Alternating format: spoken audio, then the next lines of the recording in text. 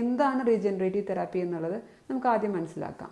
അപ്പം നമ്മുടെ ശരീരത്തിൽ എന്തെങ്കിലും ഒരു ചെറിയ ഇഞ്ചുറി പറ്റുകയോ അല്ലെങ്കിൽ തേയ്മാനം വരികയോ ഒക്കെ ചെയ്തു കഴിഞ്ഞാൽ നമ്മുടെ ശരീരത്തിൻ്റെ തന്നെ ഗ്രോത്ത് ഫാക്ടേഴ്സും സ്റ്റെം സെൽസും മറ്റും ഉപയോഗിച്ച് ഈ തേയ്മാനം വന്ന പാർട്ടിനെ അല്ലെങ്കിൽ ഇഞ്ചുറി വന്ന പാർട്ടിനെ കംപ്ലീറ്റ്ലി റിപ്പയറും ഹീലും ചെയ്തെടുക്കുന്ന ഒരു പ്രോസസ്സിനെയാണ് നമ്മൾ റീജനറേറ്റീവ് തെറാപ്പി എന്ന് പറയുന്നത്.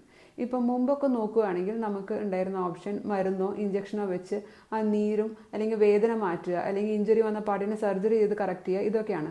എന്നാൽ ഇപ്പം മെഡിസിൻ കുറച്ചും കൂടി അഡ്വാൻസ്ഡ് ആണ്. ഇപ്പം നമ്മുടെ ഏറ്റവും റീസെൻ്റ് ആയിട്ടുള്ള ഒരു ഡെവലപ്മെൻ്റ് ആണ് റീജനറേറ്റീവ് തെറാപ്പി എന്നുള്ളത്.